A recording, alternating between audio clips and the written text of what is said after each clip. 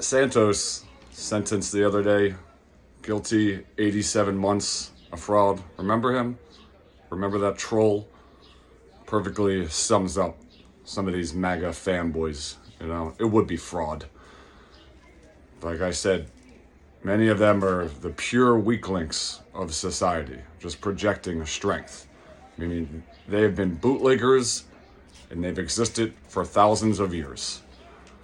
You know, the MAGA fanboys sometimes, it's like, they remind me of like little besties braiding their hair, talking about their crush on the football player. You know what I mean? Gushing and screaming like fans at a Taylor Swift concert or something. I mean, it's just, come on. I mean, these weak, out of alignment, gross, toxic masculinity is just a bunch of insecure boys. That's what it is. It's just a bunch of insecure boys that used to be in the shadows. Now they feel ultra confident. Trump has allowed them to shine. And you see what's been hiding underneath the surface for decades.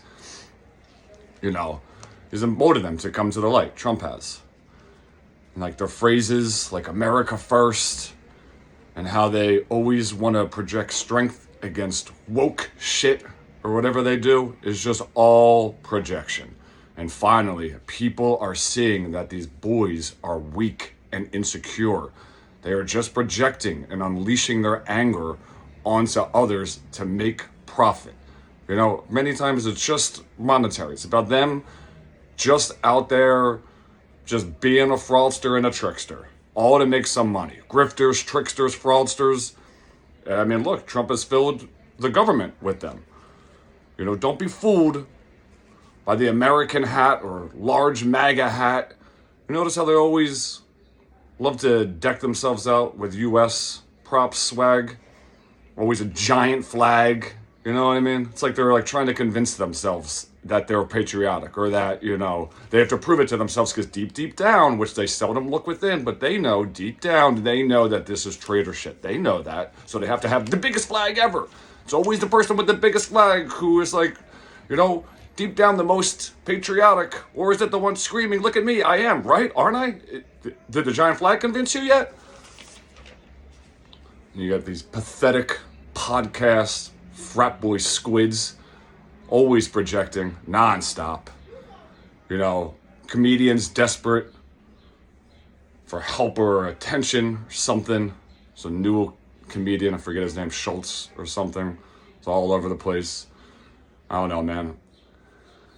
I went over, you know, I think he was like, I don't know, man. I like started swinging around to Trump because he like seems cool and I think he like gets girls, bro. I mean, this is what a segment of U.S. society's men have become. I mean, what a laughing stock. Like I said, these are not first string or second string or third string. These are like the fifth string. Or just not even noticed, not even anywhere near the facility or the game. You know, this is the fucking United States of America. Not some frat boy basement dwelling gossip. You don't pick a president of the most powerful country in the world because you think he's cool or whatever. This ain't a little league frisbee game. Fucking jabroni. They used to keep that to themselves in their basements, right? However, now they somehow have followers and influence a lot of people in our society. But there's no honor, there's no depth, there's no substance, there's nothing great. This is why Trump has infested our government. Felons, child molesters, women beaters, money launderers, Putin lovers, online sex traffickers, and, of course, fraudsters, right? USA, USA, projecting strength. That's what makes us so great. So White House George Washington was in. Fraudsters, child molesters, women beaters. Come on, man. There aren't many great, powerful civilizations or cultures across all geographical locations and ethnic groups that prioritize every single group or type of person is weak and inferior except themselves. Oh, wait. There's one, right? Probably can think of one. You know, all the others, they gain strength and wisdom and glory by including other people, embracing other cultures, learning from other languages, empowering women.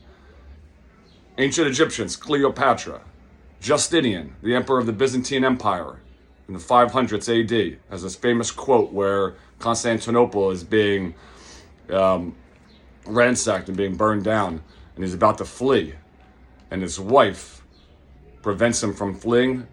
Changed Western civilization after that. You know what he said? Behind every strong man, there's an equal or stronger woman. That's Justinian. I'm sure he's weak, right? Tupac, all the women's songs about women keeping their head up, songs to his mom. One of the first in his era ever to do that, to portray this, not portray, but be like this, like just this ultimate gangster, this just inner person, so strong beyond their years. I'm sure he felt that in order to prove to the hip-hop community that it was weakness if he belittled women. No, he spoke out and encouraged them and was their defender. Another example, Navy SEALs only prioritize ability. They don't do this. I'm sure Mega would call them weak too, though, by doing whatever that they want to force on us, tell us how to be a man, how to live. It's never happened before. The great, strong, powerful people who are also secure with themselves did not live this way and did not try to enforce it and did not believe in it. I wonder if there's a reason for that. These are the orc fanboys making a last stand.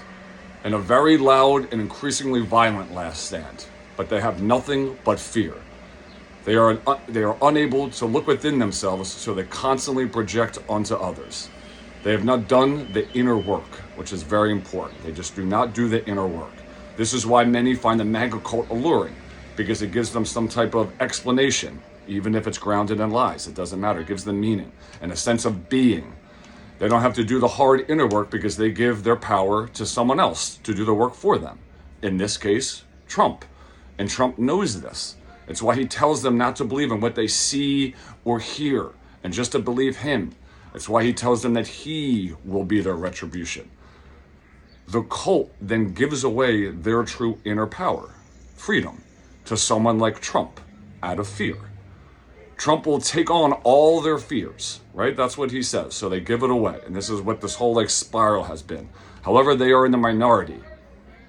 And we need to take back patriotism, take back the flag, take back masculinity, take back religion, and everything else. There are more of us than them.